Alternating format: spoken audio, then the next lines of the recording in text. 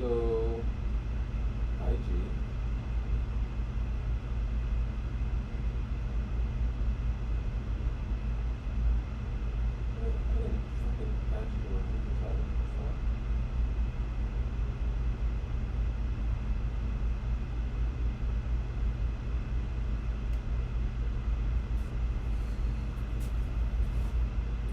It has begun.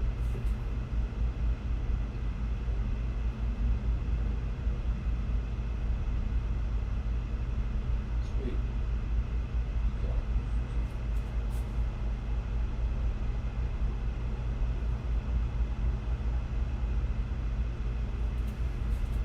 All right, yoga from home, July 9th, 12:20, Thursday.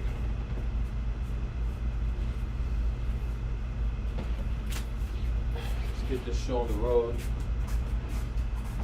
Let's get this thing over with.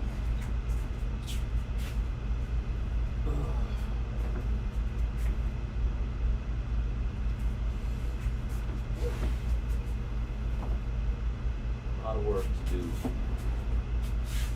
today.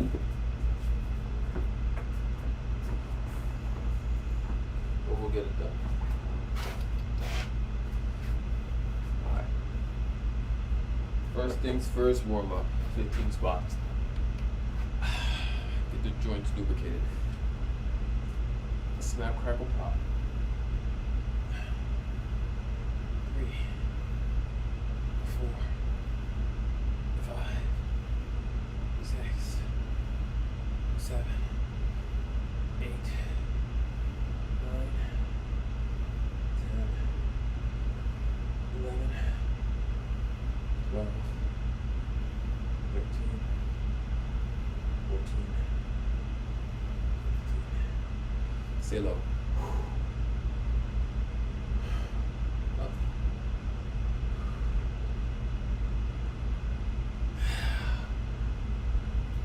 Sunrise Tai Chi.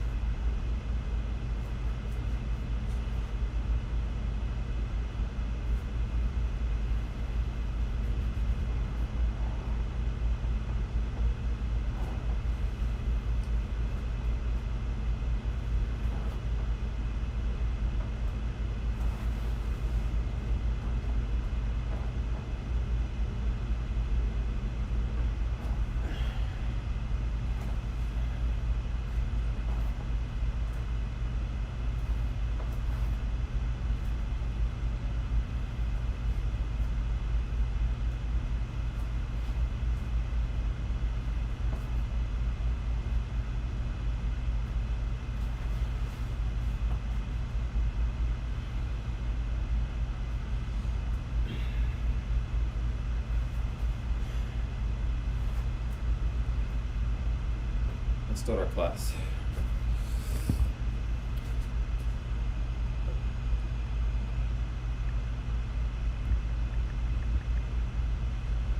Maggie Grove.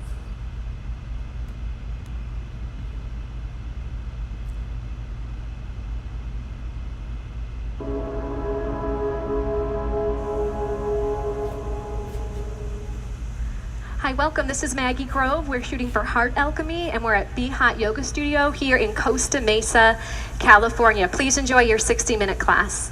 So everyone, come to standing in the center of your yoga mat, feet together, toes and heels touching. And now interlace all 10 fingers underneath your chin so that your knuckles and chin are glued together. Take a moment to pull up on your thighs, rock the body weight into your heels and squeeze your glutes. And let's begin to inhale long and deep by the nose as your elbows lift all the way up towards the ceiling. Long, deep inhale. Good. Exhale. Drop your head all the way back. Squeeze your hands, palms, wrist, and touch your elbow tips together away from your chest. And inhale, chin goes down, parallel to the floor. Your eyes look forward. Find yourself in the mirror, elbows up. Exhale, drop your head all the way back and open up your mouth. Exhale, by your mouth, touch your elbows. Inhale, chin down. Bring your chin down, bring your chin down. Look forward in the mirror, chin down, elbows up. Exhale, drop your head all the way back. Squeeze your hands, palms, wrists. Touch your elbow tips together. Inhale, chin goes down, parallel to the floor. Eyes open. Open your eyes, look forward. Eyes open. Exhale, open your eyes, look up on the ceiling. Keep your eyes open. You're gonna have a moving meditation here. Inhale, chin goes down. Look in your eyes in the mirror. And now take in more air. Exhale, drop your head all the way back. Pull your navel in towards your spine. Good, and inhale, chin goes down. Parallel to the floor, shoulders down as your elbows lift. And exhale, open your mouth and push all the air out of the lungs. We're increasing our lung capacity. Inhale, let's do a couple more. Pull up on your thighs, squeeze your glutes, strong base. Exhale for 6, 5, 4, 3, 2, 1. Inhale for 1, 2, 3, 4, 5, 6. Exhale, drop your head back. Now your spine is perfectly straight. There's no backward bending. Inhale, chin goes down, and now get a little bit taller. Lift up, stretch up, and exhale. Have the head drop all the way back. Navel pushes into the spine. Feel your ribs wrap around your lungs, and inhale. Last one. Long, deep, slow breath. Try to take in more air. Keep inhaling. Exhale. Drop your head all the way back. Triceps are parallel to the floor as you push the air out. Good, and change. Arms down by your side. Roll out your shoulders for a moment if you need to. And let's move on to our first pose, half moon pose. Inhale your arms up over your head sideways. Interlace all 10 fingers. Release your index finger and cross your thumbs. Feet are together, toes and heels touch. Arms and ears are one piece. Inhale, breathing, stretch up and bend your body right and left, several times. Right and left, right and left. Feel a nice stretch down both sides of the body. Good, let's come to stop in the middle. Bring your eye gaze forward, body weight in the heels. Take an inhale breath, lift up, get as tall as you can, and gently bend your body to the right side of the room as you push your hips out to the left beyond your flexibility. Now look forward and just listen carefully. Close your mouth and breathe in and out by your nose. Look forward in the mirror and bring your chin away from your chest. Keep your eyes open and find a focal spot for you to look at. Body weight is in the heels of your feet. Pull up on your thighs, squeeze your glutes, and push your hips out to the left. So on the left side of your body, you're feeling a bones to skin stretch, inside out all over. Use your right arm to pull on your left arm as you push your hips out a little bit deeper and change. Come on up and stop in the middle. Take a moment. Inhale, lift up, get nice and tall, and now bend your body to the left. Push your hips out to the right beyond the flexibility. Now look in the mirror. Lock out your elbows. Squeeze your arms against your ears. Good, bring your chin away from your chest and pull your arms back a little bit more. See if you can get your arms behind your ears. Keep the breath moving in and out by your nose. If you're not breathing, you might have gone a little too far. Now please look forward, chin up. Use your left arm to pull on your right arm. Right side of your body, deep, deep stretching sensation. Body weight in your heels. Last little bit. Push your hips out. Pull the arms, come all the way down. And inhale. Come on up and stop in the center. Take a moment. We're going to backward bend. Squeeze your glutes and push your hips forward.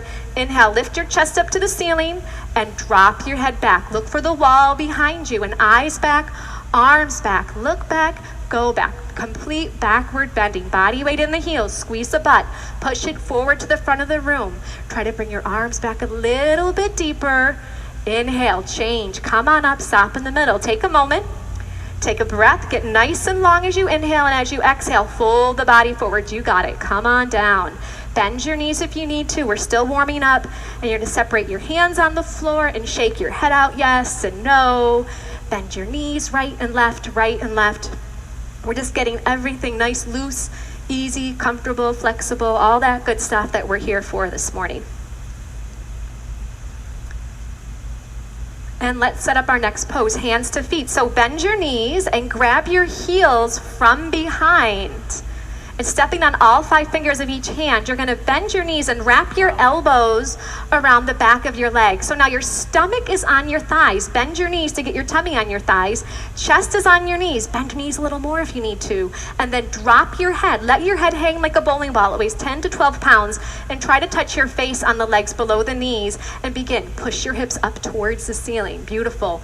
Bend your arms at the elbows. Wrap your elbows around the backs of the legs as you pull. Roll some body weight forward into your toes. Take an inhale, and as you exhale, try to go a little bit deeper. Let your head drop, let it hang. Try to touch your whole face on your legs below the knees. Let's open up your lower back, open up your whole entire spine, open up your legs. You have one more inhale, go a little deeper, and change. Arms and ears together, inhale, pull the body up. Good, exhale, arms down by your side, and you just take an inhale, and an exhale. Our next pose is called awkward pose. Right foot steps to your right, 6 inches between your toes and your heels. You have the mirror, which is great. Your heels are invisible behind your toes. Inhale your arms up so that they're parallel to the floor. Take an inhale, and as you exhale, sit down like you're sitting in a chair. Stick your butt out like you want to put a butt print on this back wall behind you, and you're going to sit all the way down. Good. Now maximum body weight back into the heels of your feet. Reach your arms forward, pull your navel in, and keep your chest lifted. That's going to help you so you don't fall down backwards. You're doing great. Body weight in the heels, and then push up to standing. Keep your arms there. Come up high on your toes. This is your first step. Just get your balance here. If you're not balancing, stay here. If you're balancing, bend your knees. So you want to go high on your toes. It's not about how low you can sit here. How high can you get your heels up in the air? So your big and second toe are plugged down into the floor. Your spine is perfectly straight like you're leaning against a wall behind you. Change. Please come on up. Heels go down. Keep your arms there. Go a little bit on the toes and squeeze your knees together. Wrap your outer thighs in. Take an inhale, and as you exhale, just like you're sliding down a wall behind you. So you're going to come onto the toes. The heels are going to lift in the air. Try to get all the way down towards the heels of your feet. Now keep your arms strong. They're helping you balance. Keep your focus forward. Don't look down. You don't want to fall down. You want to stay lifted. Pull your navel in. Now try to point your knees down to the floor. If I was to drop a ball on your lap, it would roll off your lap down onto the floor. Squeeze your knees tight and slide up that wall behind you. Squeeze, squeeze, squeeze. Good. Right foot back to left. Arms down by your side. Take an inhale. Exhale. Good. Use that breath. Your breath is your fuel, so keep the breath flowing. Eagle pose. Inhale. Arms reach up over your head sideways, and your right arm swings under your left. Right arm goes under your left. Your thumb goes in front of your face. Take an inhale breath, and as you exhale, sit on down. Sit on down like you're sitting in a chair, and then bring your right leg high up and over. You're doing great. Right leg goes high up and over. Good. Now you're going to squeeze your knees together and try to wrap your toes around the back of the calf. See what you can do there. This pose is all about compression. We're compressing the knees together. We're pulling the elbows down. Pull the navel in. Lift your chest up. Sit down. Change. Arms come up over your head sideways. And now swing your left arm under your right arm. Left arm underneath the right. What's left? What's right? What's left? What's right? It gets confusing. Take an inhale. Exhale, sit on down, nice and low. And let's bring the left leg high up and over. Here you go. Yeah.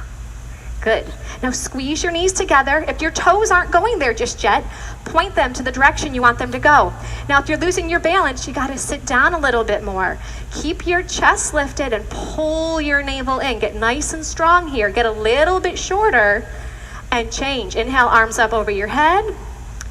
Exhale, arms down by your side. If you want a quick little sip of water, right now is a good time. Throughout the class, help yourself to water, but just in between the poses and not during the poses.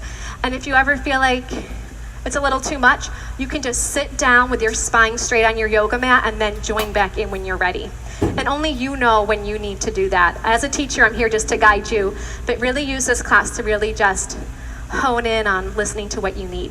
Feet together, toes and heels touching. Let's do some balancing. So feet together, toes and heels touch. You look forward. Bring the body weight into your left leg. Lift your right thigh up so it's parallel to the floor. Keep your leg here. Pull your navel in, round. Be right back. Practice window.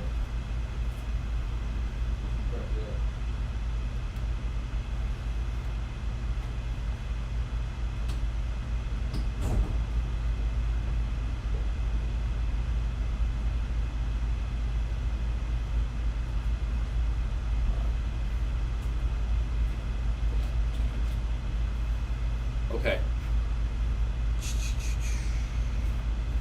Ah, yes. Round forward and down and grab your foot. Interlace all 10 fingers. Try to get even your thumb underneath your foot as best you can. Now look forward. The first thing you're going to do is just balance. Make the left leg strong and solid in one piece. If you're wobbling, if you can't balance, that's fine. Stay here. If you know this pose, you want to do more, the right heel is going to kick out. The right toes flex back and the heel kicks out. If you've fallen out, you just get back on in, no big deal. If you know the pose, go for it. Elbows down below the calf. Once your elbows get down below the calf, you can bring your chin to your chest and your forehead to the knee. But listen to your body. Is your leg wobbling? Is it hard to balance? Stay in the first part. You've got your whole entire life to practice these poses. Good, and change. Feet together, toes and heels touch. And you just take a breath.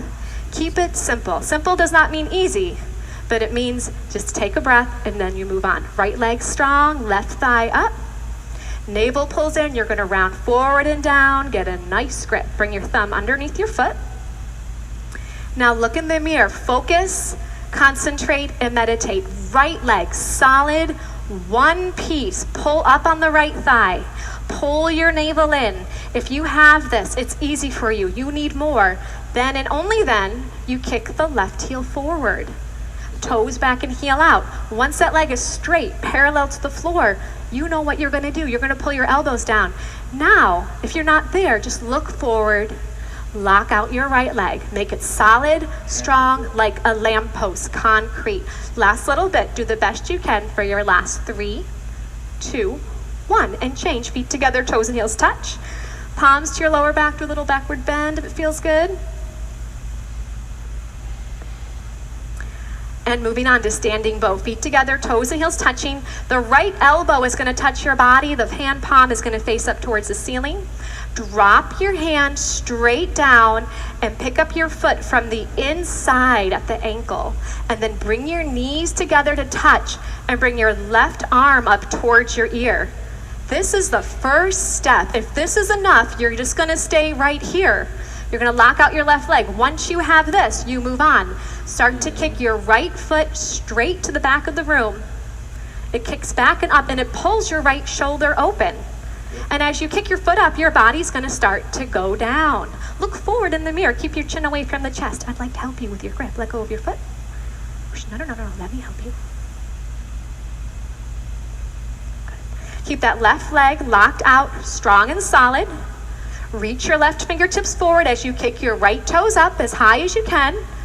And then change. Feet together, toes and heels touch. Take an inhale and an exhale. Good. Left side. I like that, Sophia. Ready to go. Drop your left hand down. Pick up your left foot from the inside. And the right arm comes up. This is the first step. You can stay here the whole time if this is what you need to do. Lock out the right leg. Strong, solid one piece. When you're ready, start. Kick your left foot straight back. Have it pull open your left shoulder. I'd like to help you. Let go. Stretch and reach forward with your right fingertips and then grab it from there. Yes. Reach your right fingertips forward to the front mirror. Keep your right leg locked out, strong and solid. Great focus. Concentration, determination, stamina, strength, endurance. These are all the things you're increasing every second you stay in these postures. Try to kick your toes up a little bit higher. Toes up, reach and stretch forward, and release. Feet together, toes and heels touch. Take an inhale. And an exhale. Feel how alive you are. I can feel all your hearts beating. It's great. Take a step to the back of your yoga mat, but if you're very close to the back wall, don't step back too far. Feet together, toes and heels touch. Inhale, arms up over your head.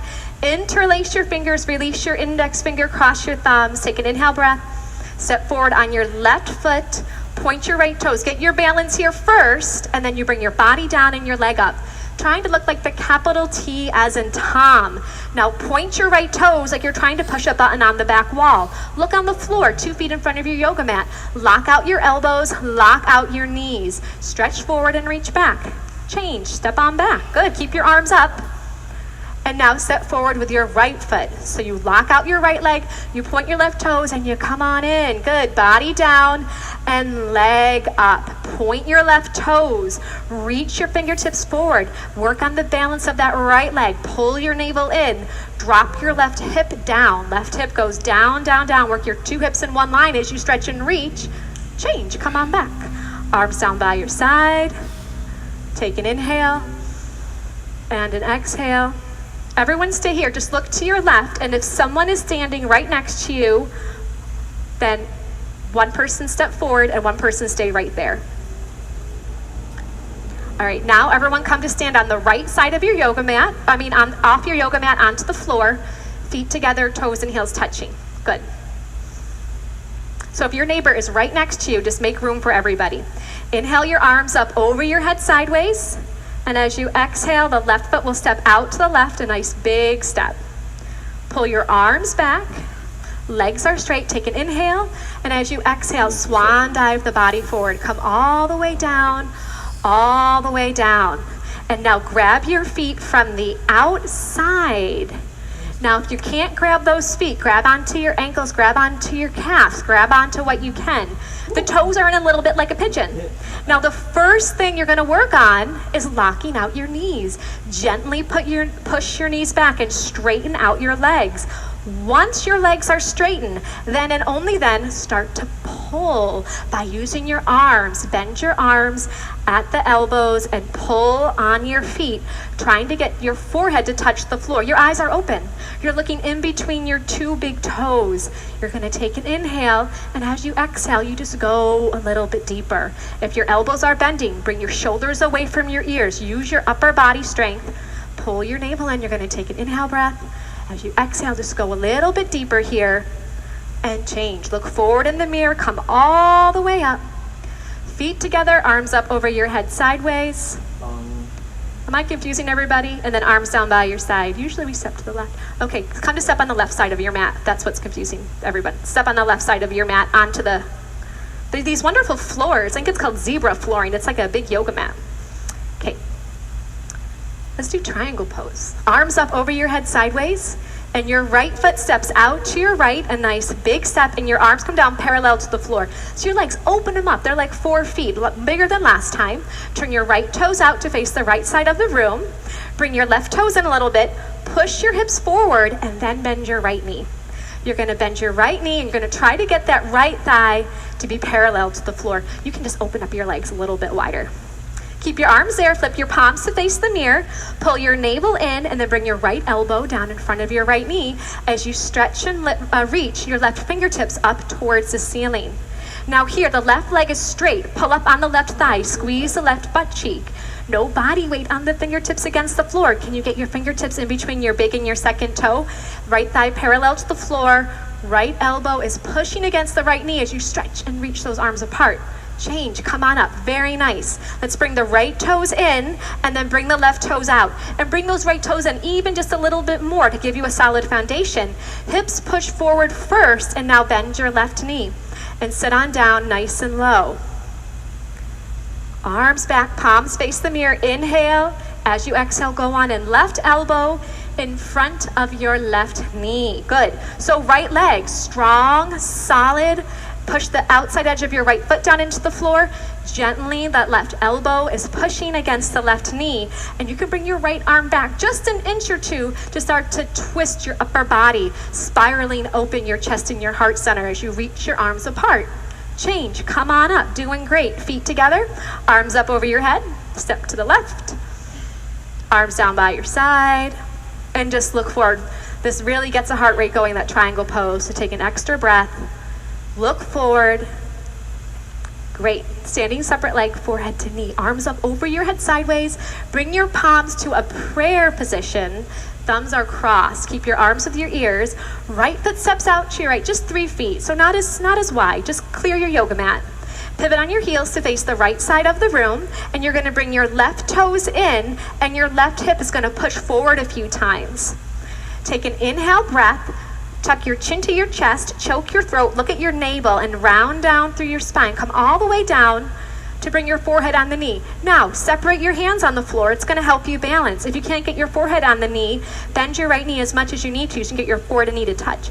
Bring these back toes in, just your toes. Just your toes, yes.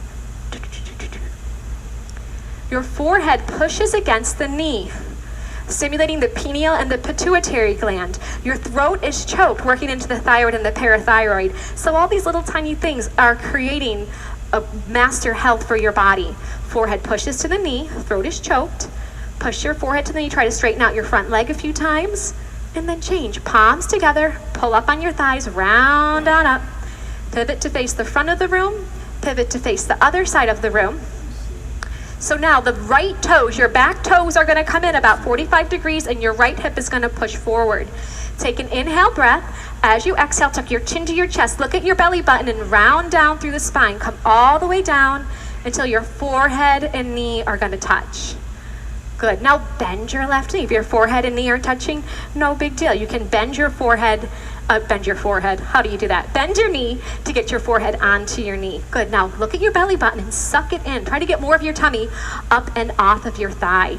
Throat is choked, your eyes are open. We're flushing out the adrenals, we're stretching out the kidneys, doing so many great things to increase your health and your vitality.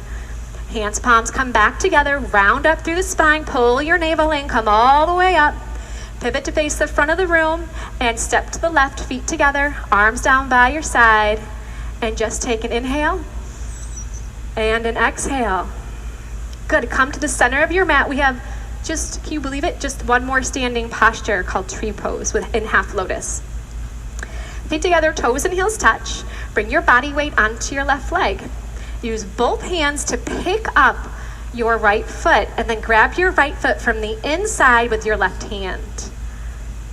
And then your right hand can come to the center of your chest, your other right leg.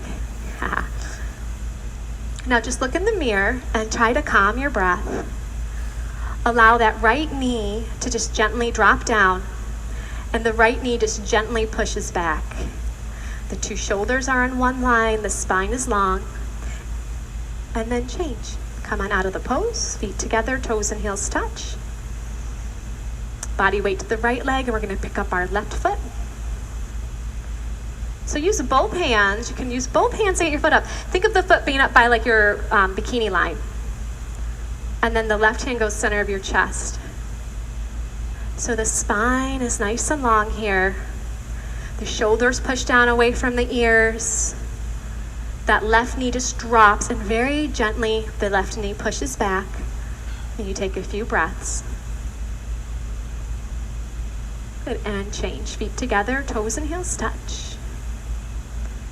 If you'd like a sip of water, right now is a good time. And then you're going to turn around and lie down in Shavasana.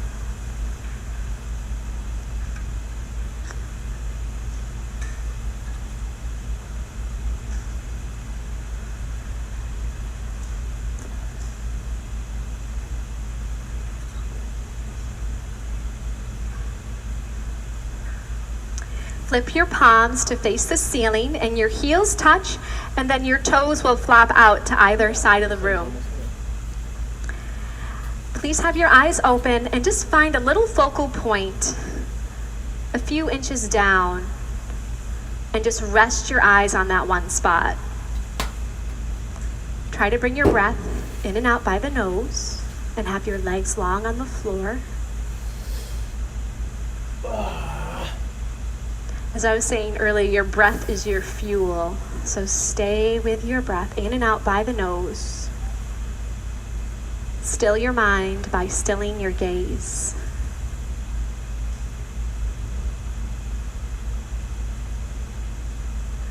Wind removing pose. Please bend your right knee and interlace your fingers 2 inches below your right knee and pull on your right knee down towards your right shoulder.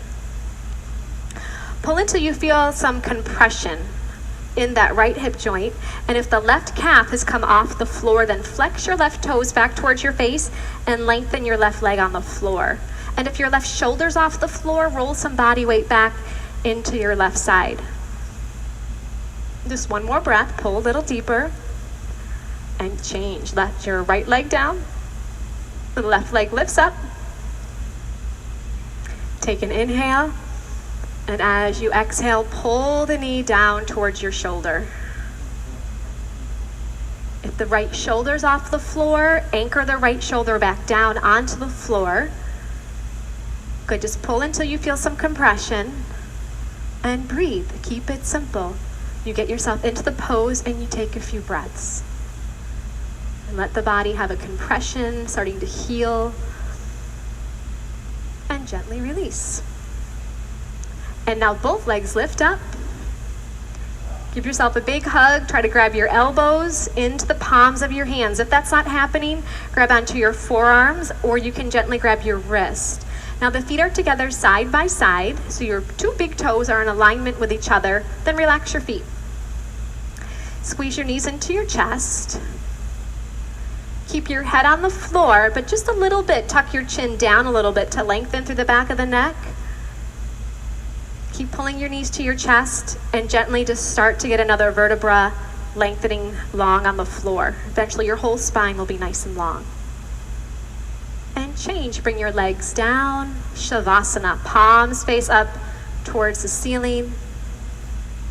And keep it simple. Take a breath. Inhaling. Exhaling.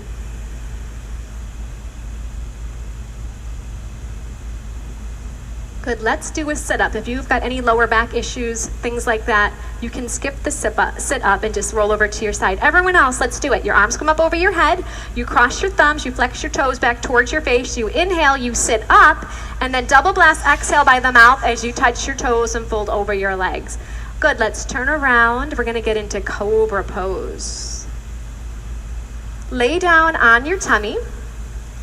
Bring your palms flat on the floor. Now, if you're close to the back wall, move your mat forward. You don't want your toes to touch the wall behind you. So your palms are flat. Your fingertips go down below your shoulders. Your elbows go up in the air. Good. Now, bring your legs together for your cobra's tail. So your toes are going to touch. You're going to pull up on your thighs. You're going to push your hips down into your mat. And inhale, breathing gently. Just peel your upper body up off the floor just to your ribs. It's a little cobra. Eyes look up towards the ceiling. Your shoulders are down. The elbows pull in. Feel the shoulder blades pinch a little closer together. Keep your toes on the floor. Keep pulling up on your thighs. Are you breathing? Just take one more breath and come on down. Turn to face the right side of the room. Bring your arms long by your side. So once again, just a few moments in between each pose, so just breathe. Can you just take a moment just to focus on one inhale and one exhale? Beautiful. Let's do half locust pose. Flip your palms to face the floor, and then you bring your arms under your body. Try to have your elbows be straight, all the way under your body. Good, your chin is out, your neck is long on the floor. You can see yourself in the mirror perhaps. Right leg is nice and strong, and lift your right leg up off the floor. Just your right leg. Good. Now point your right toes. Drop your right hip bone down towards the floor to compress that right forearm. It's going to help things like carpal tunnel, tennis elbow, all that kind of stuff that happens to us. And then bring your right leg down. And left leg lifted on up. Point your left toes, make your leg long, and that left hip bone is down on that left forearm. Husband plays the guitar. He could barely play it anymore in this pose. All the gripping with the Bikram poses, all these compression poses. Within weeks, he was totally fine. Great, release it on down. So lots of good things are happening in your body. Bring your mouth down on your towel and readjust your arms. See if you can get them closer together under your body. Maybe your pinkies can touch. Now this time we're going to do both legs. So have your mouth down on your yoga mat. Squeeze your legs together. Touch your toes. Squeeze your butt. Take an inhale as you exhale. There you go. Legs up. Both legs up off the floor. Keep your mouth down to protect your neck. Lock your knees and point your toes. Squeeze your butt. Push the body weight forward through your arms into your chest and your shoulders as your legs lift up. And release. Come on down. Release your arms out from under your body and please turn to face the left. As you face the left, find one focal point with your eyes, whether it's your towel or your yoga mat, and just still your gaze there as you take a breath.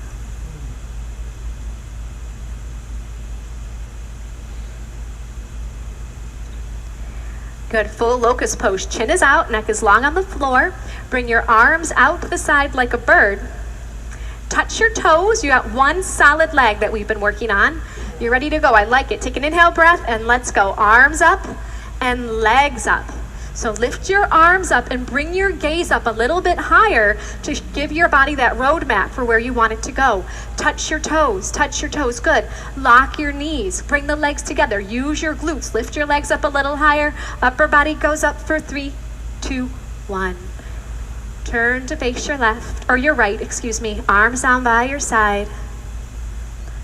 Find your focal point and just breathe.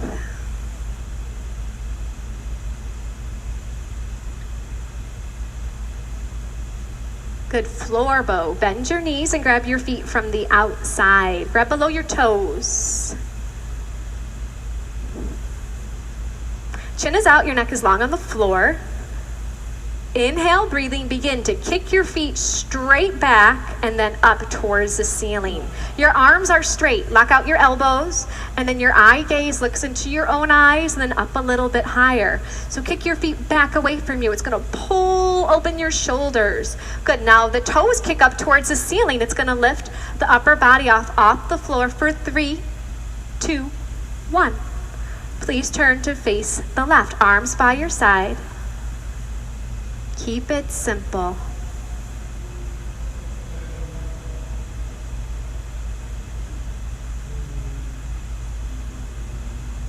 One more inhale here.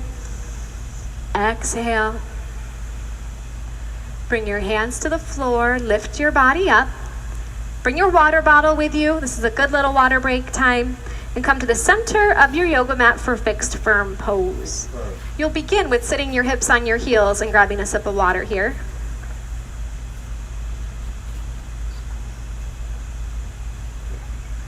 Do you need a sip of water?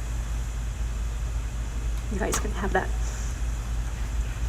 Good, and from here you're going to separate your feet and sit your hips down in between your heels. So your toes and heels are in one line. Now, if this is enough, you keep your hands on the floor. If this is enough, I want you to stay right here. Bikram would say, you can mess with the gods, but you can't mess with your knees. So if this is enough, stay here. If you can do more, right hand to right foot, left hand to left foot, fingertips face the mirror. The right elbow touches the floor, and then the left elbow, shoulders down. And the last and final step is the arms up over your head, elbows into the palms of your hands. So wherever you are, breathe in and out by the nose.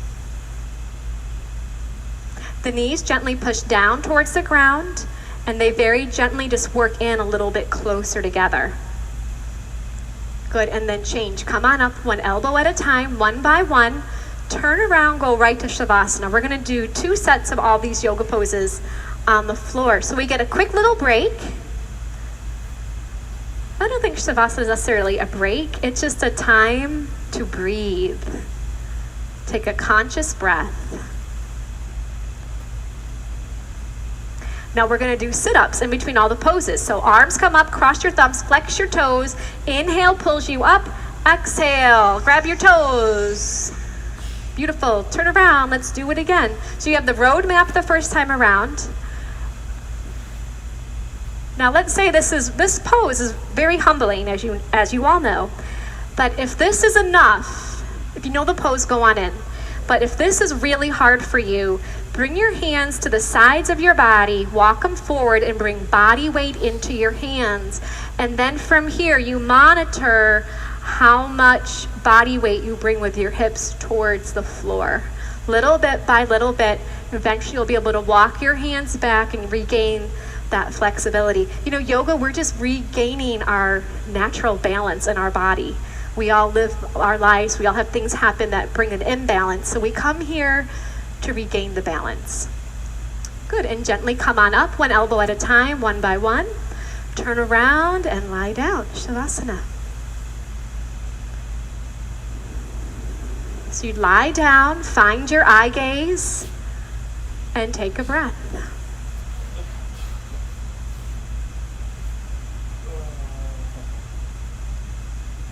Sit up, arms come up over your head. Try to keep your legs straight as you come up. Grab your toes, forehead to knees.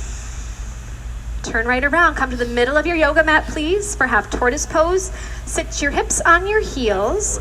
Inhale, arms up over your head, palms form a prayer position. Take an inhale, lengthen your spine, and as you exhale, stretch and reach all the way forward and down. Come on in, bring your forehead all the way down to your yoga mat. The hands are in prayer. Long fingers and then cross your thumbs. Lock out your elbows and stretch and reach your arms forward. Good. So you're just your little baby fingers on the floor. The spine is lengthening as you take a few breaths here. Squeeze your knees together. Pull your navel in, arms with the ears. Inhale. Come on up. Exhale, arms go down. Turn around, relax. Shavasana.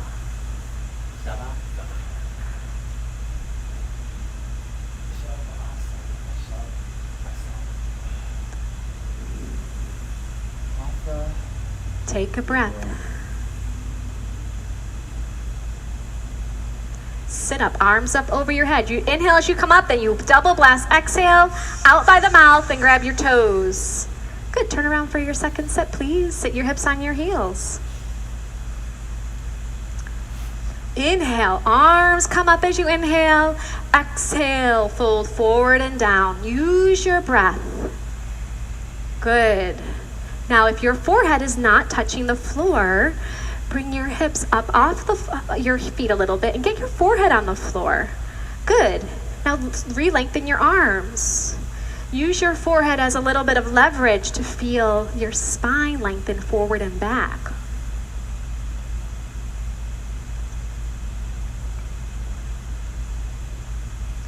Good. Squeeze your knees together. Pull your navel in. Inhale, pulls the body up. Exhale, the arms open, turn around and lie down.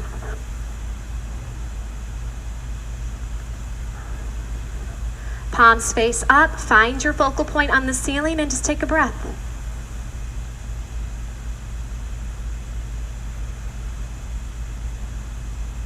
Arms up over your head, let's do a sit-up. Turn around for camel pose. Come to the center of your yoga mat, please, and stand up on your knees.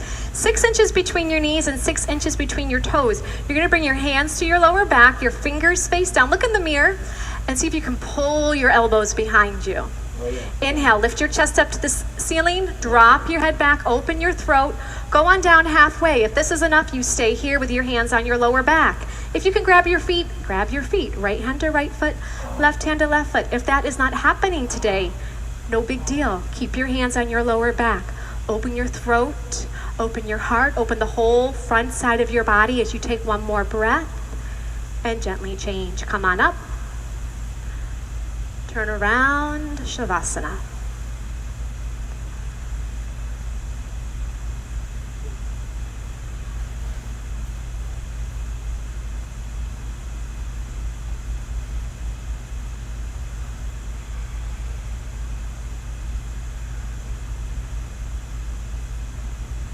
Arms up over your head, legs nice and strong, and double blast. Exhale, forehead to knees. Great, turn around. Stand up on your knees, 8 to 10 inches between your knees this time. You can open them up a little wider. Palms on your lower back. We just stay in for a few breaths. Inhale, lift your heart up. Exhale, drop your head back. Push your stomach, thighs, and hips forward. Grab onto the heels if you can. If you can't, keep your hands on your lower back. Open your throat. You're going to be talking all day. Let it open, the center of your creativity, your throat. Open your heart. Push your hips forward. Just one more breath here. Good, turn around, come on up, turn around, Shavasana.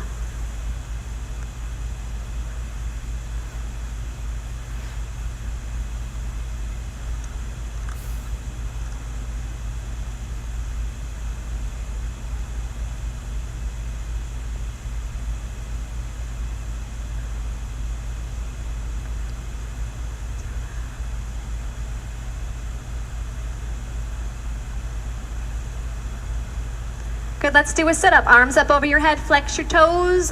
Inhale, pulls you up. Exhale, push forward. Good, let's turn around for rabbit pose. Come to the center of your towel, please. Sit your hips on your heels, and you're gonna grab your heels from over your towel. It's a loose grip to begin with, thumbs outside, fingers inside. Inhale, look in the mirror, lengthen your spine. As you exhale, tuck your chin to your chest, round down through the spine, come on down, forehead to knees. Grab onto the heels and push your hips up towards the ceiling like you're gonna do a somersault forward, but you got that good grip on your heels. You don't do your somersault. Try to get your forehead and knees to touch. Body weight on top of the head and walk the knees up one by one. Straighten out your arms. Good, I'm gonna help you with this.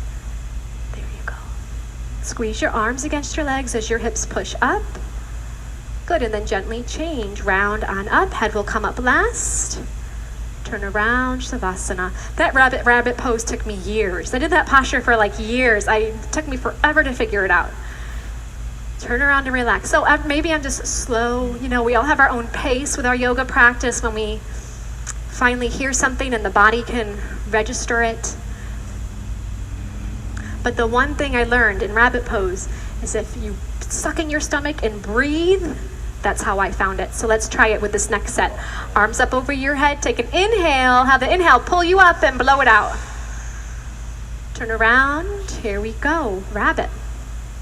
So you bring the towel up over the heels, you get that loose grip to start.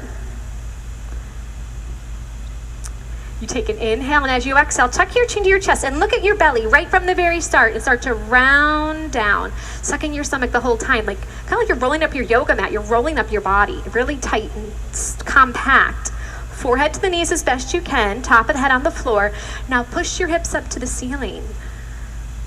Good, now squeeze your arms against the legs. Now look at your stomach and suck it into the spine. And now breathe with your belly pulled in and feel the breath. You might feel it in your neck or in between your shoulder blades or maybe even all the way down the spine into your lower back. And change, round on up. Good, turn around and relax. Legs long, arms long.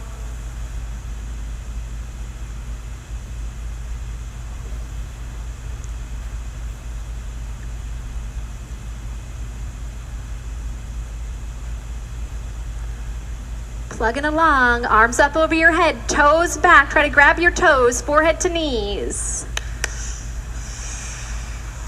Let's turn around for some separate leg stretching.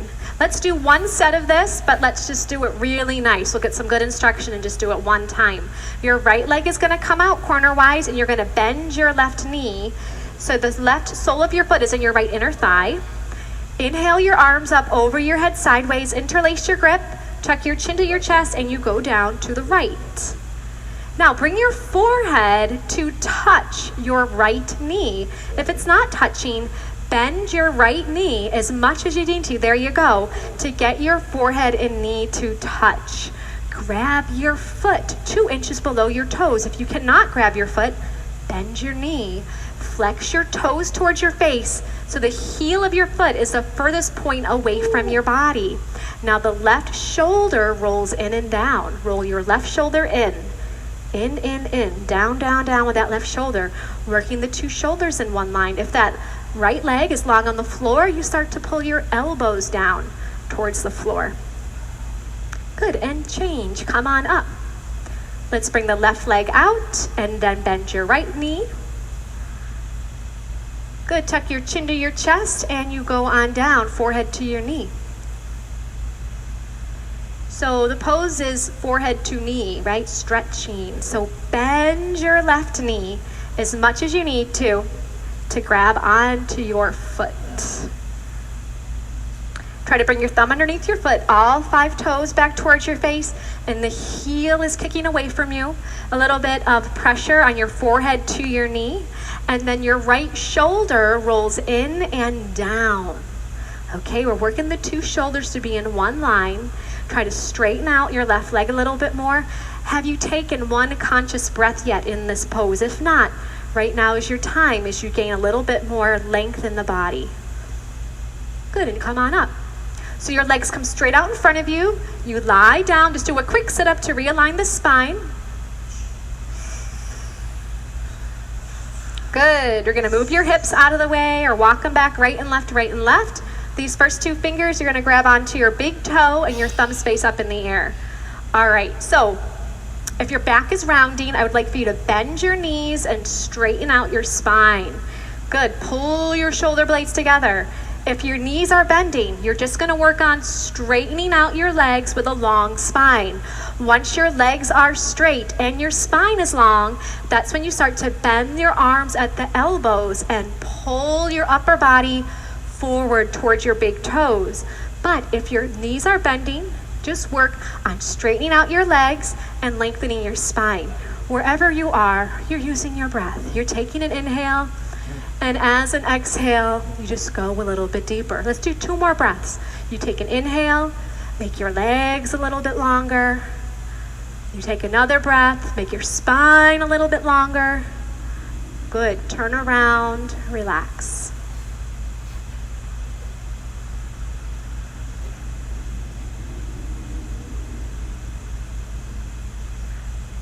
One more pose. Enjoy your moment here.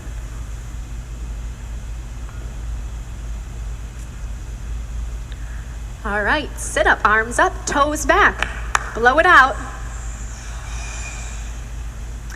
Good, let's pivot to your right, to the side mirror, and bend your left leg on the floor, and bring your right knee up and over your left knee corner for a spine twist. You're gonna bend your left leg on the floor, and bring your right foot up and over that knee corner. Left leg bends, right foot up and over. I should do it this way. Okay, good. Bring your right arm behind you. It's like a kickstand to lengthen your spine with your right arm behind you. Inhale, your left arm all the way up and then over. Have it push that right knee back and try to grab your knee that's on the floor. Your chin's gonna look over your shoulder as you twist your spine. Good, take an inhale as you lengthen your spine. As you exhale, you're gonna twist. Gently, the arm is gonna come down. There you go. Good. Drop your right hip bone down to the floor if it's off the floor. Now this right arm behind you is a kickstand. If you can keep your spine long without it, you can wrap it around and grab onto your shorts or your inner thigh. But if you need it, you just keep it there. Inhale, lengthen your spine, and exhale, you twist your spine. Just one more breath. Good, do a little counter twist if you need it.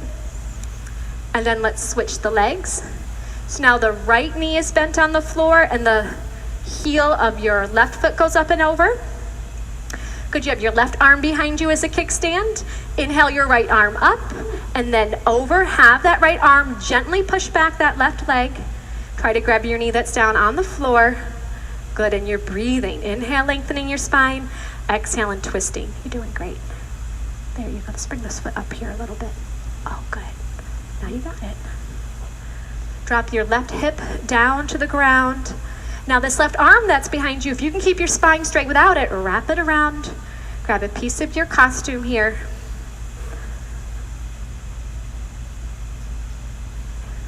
Take one more breath. Twist a little deeper if you can. And then change. Do a counter twist if you'd like. And lie down.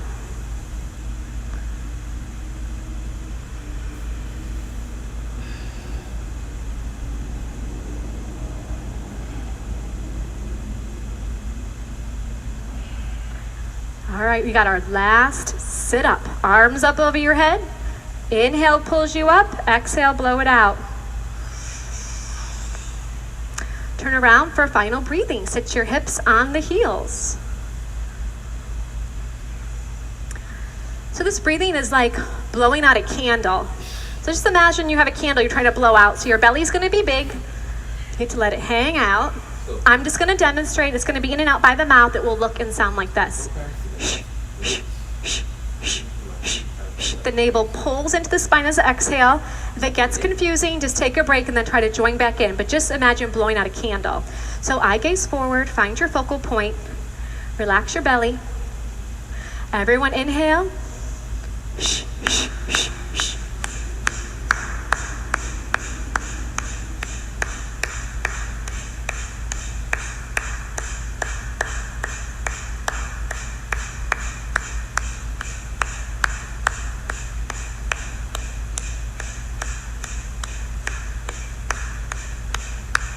Five, four, three, two, one. Good. Swallow a couple times, turn around, and relax in your final Shavasana.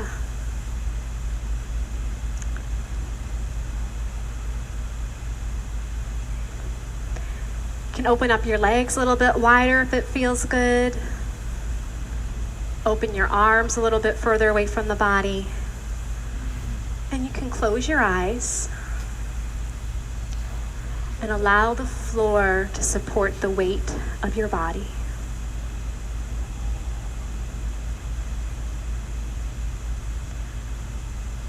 In these moments of deep relaxation is where your body and mind integrate all the benefits of your hard work here. Take a moment to feel your heartbeat, all the blood pulse through the veins. Feel the vitality coming into your body.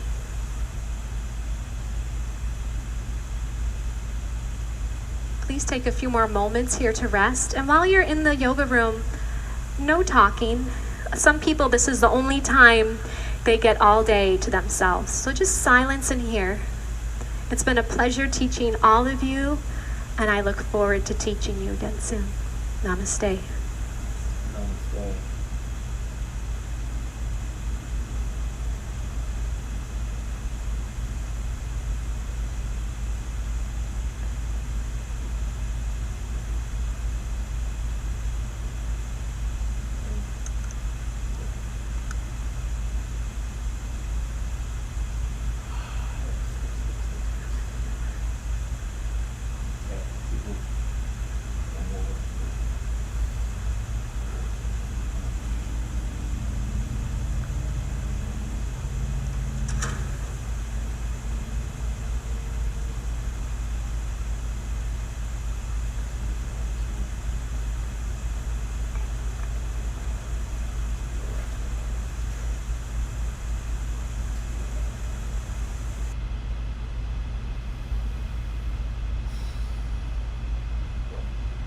Ready?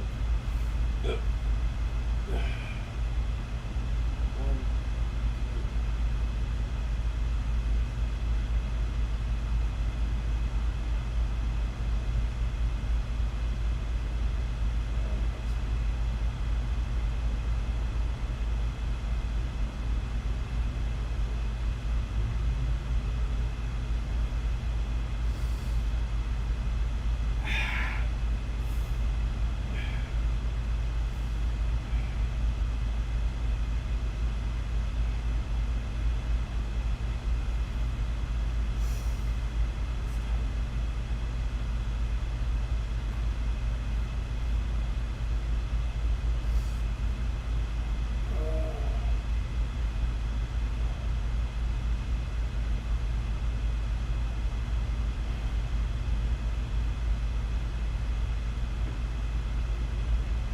Oh, we did that? Oh, let's do that.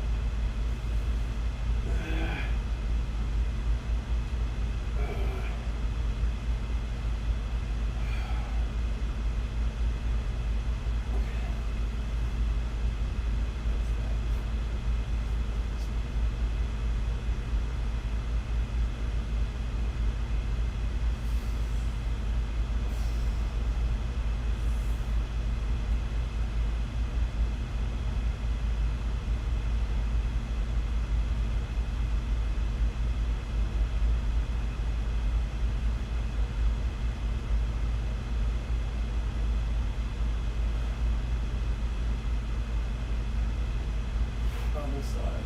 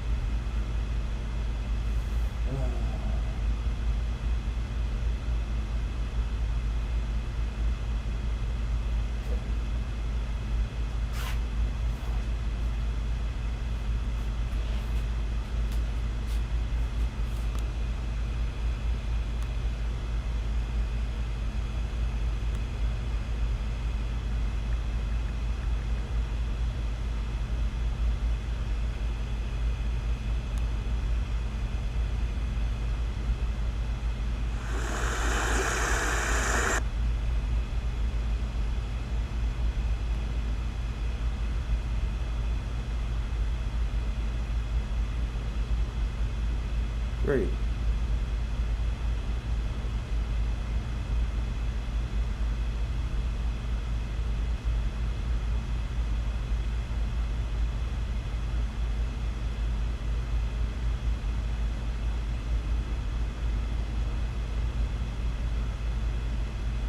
This is Audible. Good morning for Thursday, July 9th, 2020. Audible presents the New York Times Audio Digest. Here's what's making news on the front page. On birth control coverage, justices give employers a religious opt-out. Hindu temple is foiled by Islamists. Bolsonaro says pill works for him. President Jair Bolsonaro of Brazil has been presenting an image of resilience and vigor as he fights the coronavirus, flashing smiles and thumbs up, posting on social media, and enthusiastically promoting the drug hydroxychloroquine. His attitude during convalescence is consistent with his widely discredited contention that the virus poses little threat to people who are healthy, and his endorsement of the drug, though studies have found no evidence that it works on COVID-19 patients, but have shown possible danger in taking it. I'm doing much better than I was, the 65-year-old Bolsonaro said in a video posted Tuesday night as he washed down a dose of hydroxychloroquine with water. It's working, he said. Hindu temple is foiled by Islamists. The Hindu temple planned for Islamabad, the city's first, was supposed to be a symbol of tolerance. Instead, violence and controversy have turned it into an emblem of Pakistan's troubled relationship with its religious minorities. When Pakistan's former government allotted land for the Sri Krishna Mandir or Krishna Temple in 2018, Muslim demonstrators quickly camped out on the plot, refusing to allow a Hindu structure to be built in their nation's capital. But the temple's Hindu advocates seemed to prevail, and when the temple's first foundation stones were laid last month, government officials proclaimed it marked the start of a new, tolerant chapter for Pakistan. Then, Muslim clerics stepped in again and things started changing. The government on Friday backtracked from its initial pledge to donate money to the temple's construction. Then, on Sunday, a group of men destroyed the partially constructed wall around the temple's land, claiming it was their Islamic duty to do so. Police apologized to black track stars. The head of the London Metropolitan Police said on Wednesday that the force's handcuffing practices would be reviewed after officers on Saturday pulled a top British sprinter and her partner from their car and handcuffed them in front of their 3-month-old son. The athlete, 26-year-old Bianca Williams, a European and Commonwealth Games gold medalist, and her partner, Richard Dos Santos, 25, a Portuguese track star, were driving home from training on Saturday in a well-off neighborhood when they were stopped by the police. They were handcuffed for 45 minutes on the side of the road while the police searched the vehicle. Williams accused the officers of racial profiling. The London Metropolitan Police have apologized to Williams and Dos Santos for causing distress, but having denied wrongdoing. This is Audible. You're listening to the New York Times Audio Digest. Here's the business page. This is the first story. Facebook lets hate flourish. Audit finds. Reported from San Francisco by Mike Isaac. Auditors handpicked by Facebook to examine its policies said the company had not done enough to protect people on the platform from discriminatory posts and ads, and its decisions to leave up President Trump's inflammatory posts were significant setbacks for civil rights. The audit put Facebook in an awkward position as the presidential campaign heats up. The report gave fuel to the company's detractors who said the site had allowed hate speech and misinformation to flourish. The audit also placed Facebook in the spotlight for an issue it had worked hard to avoid since the 2016 election. It may be negatively influencing American voters. Now, Facebook has to decide whether its approach to hateful speech and noxious content, which was to leave it alone in the name of free expression, remains tenable. And that decision puts pressure on Mark Zuckerberg, Facebook's chief executive, who has said his company was not an arbiter of truth and it would not police politicians' posts. Many in the civil rights community have become disheartened, frustrated, and angry after years of engagement, where they implored the company to do more to advance equality and fight discrimination, while also safeguarding free expression, wrote the auditors, Laura W. Murphy and Megan Kakachi, who are civil rights experts and lawyers. The audit was another signal of how power by the largest tech companies is increasingly under scrutiny. Facebook, Google, Apple, and Amazon are all facing questions over how they're wielding their influence. Later this month, the chief executives on all four companies are set to testify in front of Congress. But the report was especially devastating for Facebook. because its executives had pointed to it as a sign the company was seriously grappling with the content of its site. In the audit, Facebook was repeatedly faulted for prioritizing free expression on its platform over non-discrimination and for not having a robust infrastructure to handle civil rights. The report homed in on 3 posts by Trump in May, which the audit said contained hateful and violent speech or which harmed voters. Here's the second story on today's business page. United warns it could furlough 36,000 workers. Reported by Niraj Chokshi. United Airlines said on Wednesday that it could furlough as many as 36,000 employees, or nearly 40% of its global workforce, this fall if travel remained weak and more workers did not accept concessions like reduced hours or buyout and early retirement packages. The furloughs would be part of what were expected to be deep, industry-wide cuts starting October 1st, when a $25 billion federal stimulus program for passenger airlines ends. That aid, intended to help cover payroll expenses, came with restrictions against substantial staffing cuts through September 30th. The reality is that United simply cannot continue at our current payroll level past October 1st in an environment where travel demand is so depressed, the airline told employees, and involuntary furloughs come as a last resort after months of company-wide cost-cutting and capital raising. The furloughs would include about 15,000 flight attendants, 11,000 customer service and gate agents, 5,500 maintenance employees, and 2,250 pilots. United could cut fewer employees if ticket sales pick up significantly, or if many thousands of workers accept fewer hours or apply for buyouts and early retirement packages before a mid-July deadline. Workers will know if they're being furloughed by the end of August, and most will be eligible to return to work when travel picks up. United is also cutting about 1/3 of management and administrative employees. The United Airlines projected furlough numbers are a gut punch, but they're also the most honest assessment we've seen on the state of the industry, said Sarah Nelson, president of the Association of Flight Attendants Union, which represents nearly 50,000 workers at 19 airlines, including United. In a statement, Nelson called on Congress to extend federal aid to avoid hundreds of thousands of layoffs from an industry that normally drives economic activity. Next on the business page, Brooks Brothers, founded in 1818, files for bankruptcy. Reported by the editors of the New York Times. Brooks Brothers, the retailer known for dressing the great and good of the United States since 1818, filed for bankruptcy on Wednesday, buckling under the pressure from the coronavirus pandemic after years of faltering sales as customers embraced more casual apparel and sales shifted online. The company filed for Chapter 11 restructuring proceedings in the U.S. Bankruptcy Court for the District of Delaware. Claudio Del Vecchio, the Italian industrialist who bought the brand in 2001 and still owns the company, told the New York Times in May he would not rule out Chapter 11 as a possibility. Brooks Brothers said in an emailed statement on Wednesday that the filing would allow it to obtain additional financing as it facilitated a sale. The bankruptcy is the latest high-profile retail fall during the pandemic, which has caused widespread store closures and sales declines, reshaping the shopping streets of cities across the country. Since May, major names like JCPenney, Neiman Marcus, and J. Crew have all been pushed into Chapter 11 proceedings. The chains, including Brooks Brothers, plan to keep operating, though most likely in a pared-back fashion. Brooks Brothers is the most iconic American brand, said William Sussman, managing director at Threadstone Advisors.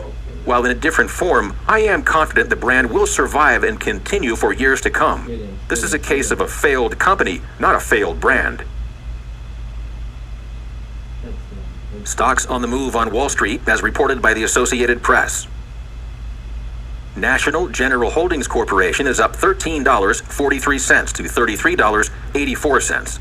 Allstate is buying the insurance company for $4 billion in cash. Intersect ENT Incorporated is up $4.09 to $17.98.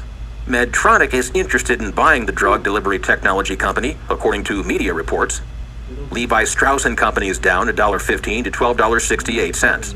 The jeans and apparel maker warned investors that the coronavirus pandemic will likely hurt its finances for the rest of the year. Technip FMC PLC is up 32 cents to $7.43 a share. The oil and gas company signed a contract to build a hydrofracking complex in Egypt for Assiut National Oil Processing. And AMC Entertainment Holdings Incorporated is up 30 cents to $4.43. The movie theater chain is close to a restructuring deal to stave off bankruptcy, according to media reports. This is today's dispatch. Graffiti is back in virus-worn New York. Reported by David Gonzalez. While most New Yorkers grudgingly accepted New York City's lockdown in March, one community eagerly embraced it. Graffiti writers. Deserted commercial streets with gated storefronts offered thousands of blank canvases for quick tags or two-tone throwies, while decorative murals in gentrifying neighborhoods were sprayed over as the streets rendered a definitive critique. From the South Bronx to East New York, a new generation of graffiti writers has emerged, many of whom have never hit a train yard or the inside of a subway car. But like early taggers who grew up in a city beset by crime, grime, and empty coffers, today's generation is dealing with its own intense fears over the devastating effects of the coronavirus on communities and the economy. Does art dictate the times, or do the times dictate art? Said 58-year-old John Matos, a graffiti writer known as Crash, who started out in the 1970s. Before now, the streets were sanitized with pieces that were cool and nice and done with permission. Now, he said, we're back to the roots. In his day, tagging was a dangerous and illegal art done under cover of night, as writers sprayed whole subway cars from top to bottom. To many New Yorkers, it was a hallmark of a city in decline, a view later reinforced by the broken windows approach to policing. Many artists from that era made the shift to gallery exhibits or commercial murals in the mid-1980s, when the city began aggressively targeting what was largely considered vandalism.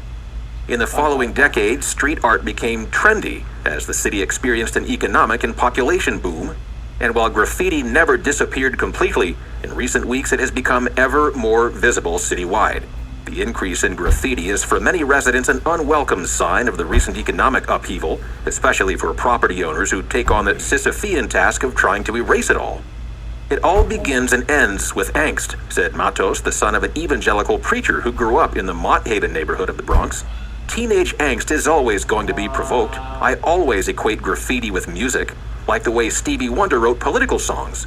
What's going on in the streets is a response to things.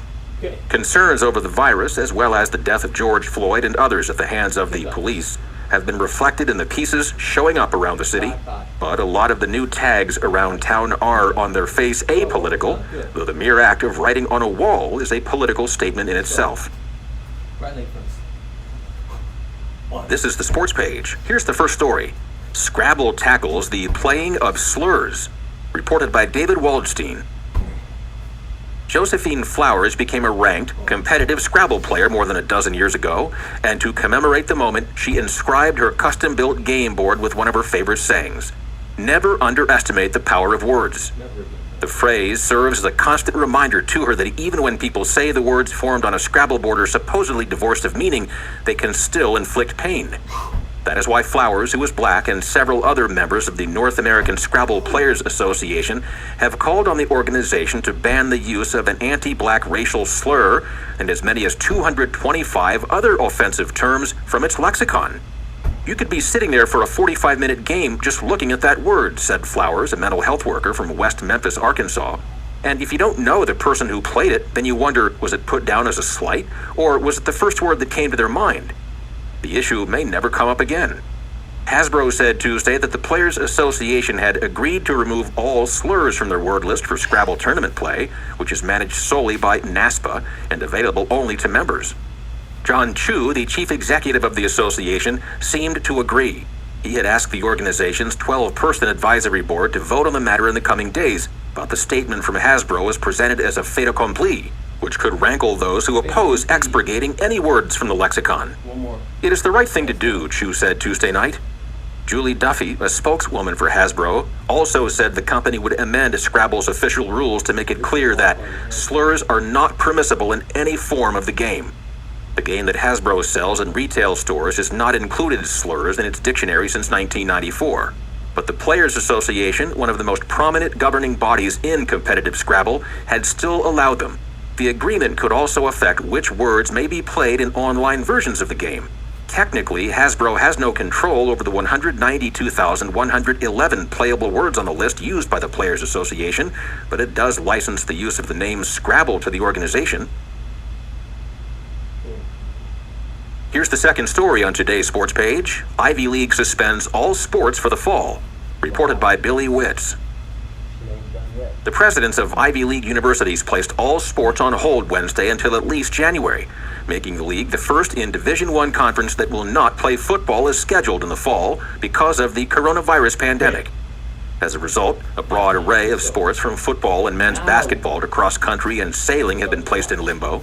Practices could take place in the fall, but conditions would have to improve for sports to be played next year. As for the possibility of playing football in the spring, Princeton's football coach, Bob Surace, characterized it thusly: one word: hope. He added that a vaccine, better therapies, and following of health guidelines would be necessary if there were to be any chance of playing in the spring, but there is also fear of a second wave of the virus this winter. Though the caliber of football in the Ivy League, which plays at the football championship subdivision level and does not allow athletic scholarships, is far below that of the best programs in the country, the decision made by the 8 presidents could have great influence among university leaders nationwide, who must decide when and how sports will return to college campuses. Hints that the Ivy League was leaning this way became clearer on Monday when 3 of its member universities announced plans to reopen their campuses to only some students in the fall. One of those universities, Harvard, said that it would allow only 40% of its students, mostly freshmen, back on campus, and that all classes would be held remotely. For the spring semester, Harvard said, freshmen will be sent off campus and seniors will be allowed to return for their final semester. Here's today's opinion page. This is the first editorial. Birth control access is curtailed. Again. Reported by the editors of the New York Times. Well, that didn't take long. Only days after surprising the nation by striking down a strict anti-abortion law in Louisiana, the Supreme Court under Chief Justice John Roberts reminded Americans it is no friend to reproductive rights, or to the vast majority of women who will use some form of birth control in their lifetime. In the decision Wednesday, the justices dealt another blow to the birth control mandate under the Affordable Care Act.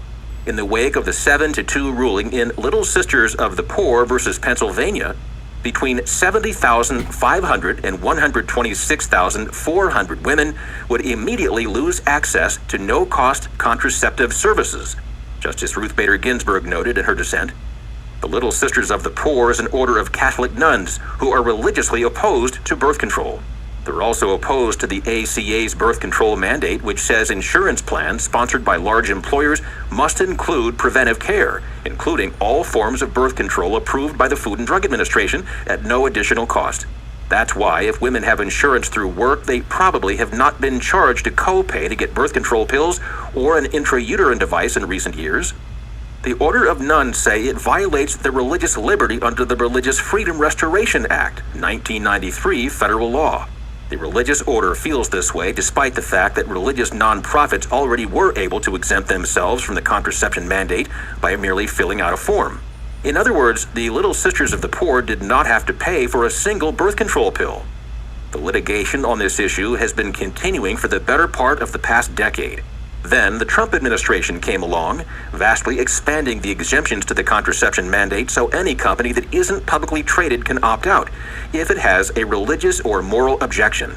States sued to block those regulations. The case made it to the Supreme Court, and here we are.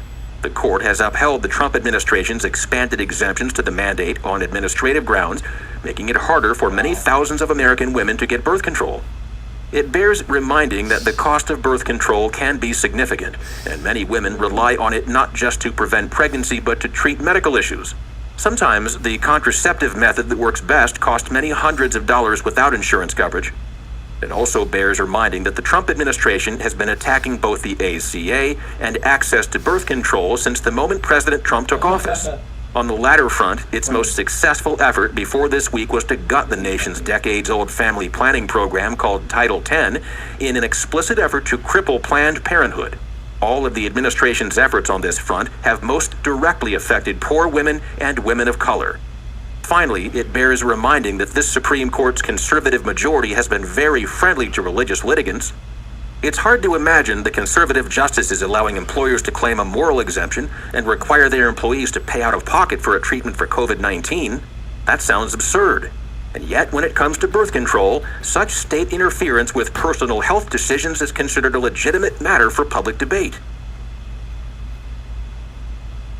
Here is today's column from Dante Stallworth. More Than a Song. In response to the Black Lives Matter protests, the NFL has decided to play Lift Every Voice and Sing, known as the Black National Anthem, in Week 1 of its coming season. As a former NFL player, my initial reaction was, why? Don't get me wrong, symbolism can be a powerful thing. Lift Every Voice and Sing is a fixture of Black life, a celebration of our tumultuous experience, the struggle and triumph, the joy and pain of being Americans. The NFL has had plenty of opportunities to be on the right side of history. It could have supported Colin Kaepernick and other players who took a knee 4 years ago to protest police brutality and racial inequalities in the U.S. justice system. It was only last month that the league issued an apology of sorts, admitting that it was wrong for not listening to NFL players earlier. The NFL is not immune from this observation. An overwhelming majority of owners in the NFL's history have been white men. Today, more than 2/3 of the players are black. But across 32 teams, there are only 3 black head coaches and 2 black general managers. Over the past 3 years, there have been 20 head coaching vacancies, but black coaches filled only 2 of them. And then there are the politics. Almost a dozen owners of NFL teams have supported President Trump by contributing money or hosting fundraisers. This is the man whose words and Twitter accounts can attest to his racism, who has insulted NFL players who took a knee, suggesting they shouldn't be in the country. The recent pledge of the NFL and its team owners to contribute $250 million over 10 years to fight systemic racism is not enough, nor is honoring victims of police brutality with helmet decals and jerseys. The owners must make radical changes. First, they must stop raising money for Trump. Supporting him is the antithesis of supporting the players. Then, using their political connections, the owners must lobby for issues that matter to the players' coalition, like legislation to reform policing. The NFL must be committed to hiring more black head coaches and black executives. There's other work to be done, including by my former team in Washington. Its founder, George Preston Marshall, an avowed segregationist, was the last NFL owner to integrate his team. While I will enjoy hearing Lift Every Voice and Sing during the NFL's opening week, I will remain skeptical. I want to believe that league officials and team owners finally get it, and I know a number of them do. Radical change is truly needed. We don't need any more symbolic gestures. We need the NFL to step up and change a decades-old playbook that has long been out of step with the times. The comments of Dante Stallworth, a writer who played in the National Football League for 10 seasons. This is Audible, and you've been listening to the New York Times Audio Digest for Thursday, July 9th, 2020. I'm Mark Moran. Is it leg raises or? Audible hopes you have enjoyed this program. Kind of like halfway sideways leg raises. Let's go. Let's go. Let's go. Let's go. Let's go. Let's go. Let's go.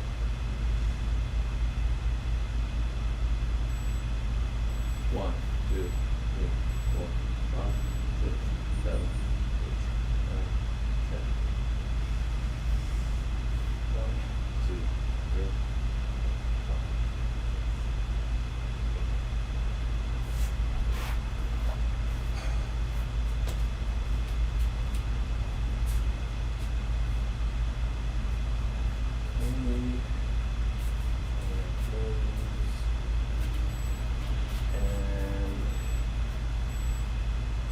Time we're doing planks.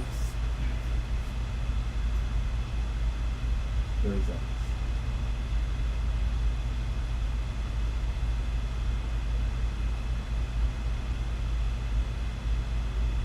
$25.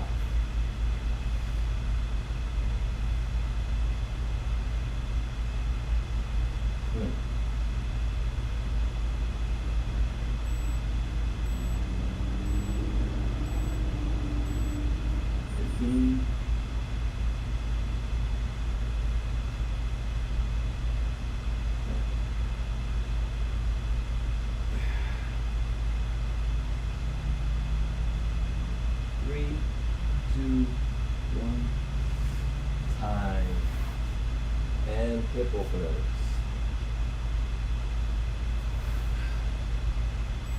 1, 2, 3,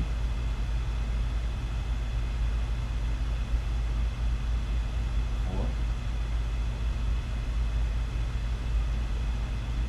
5,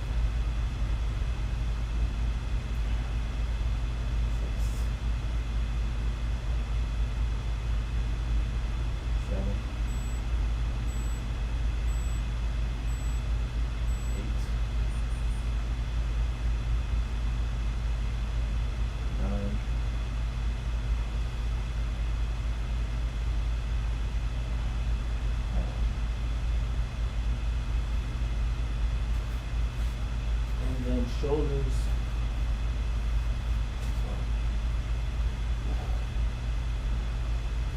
Up. And up. Good. Let's move that. Up.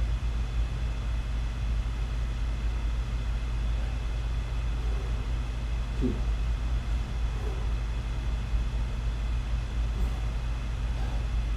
3.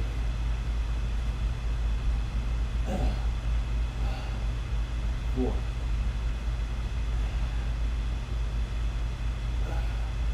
5.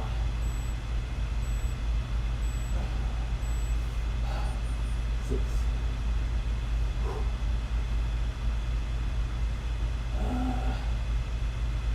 7. 3 more. 8. 2 more. 9. Last one. 10.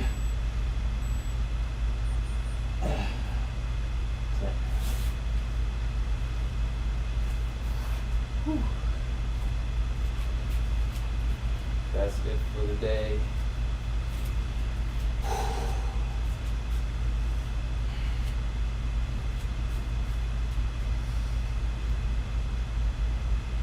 We're getting there.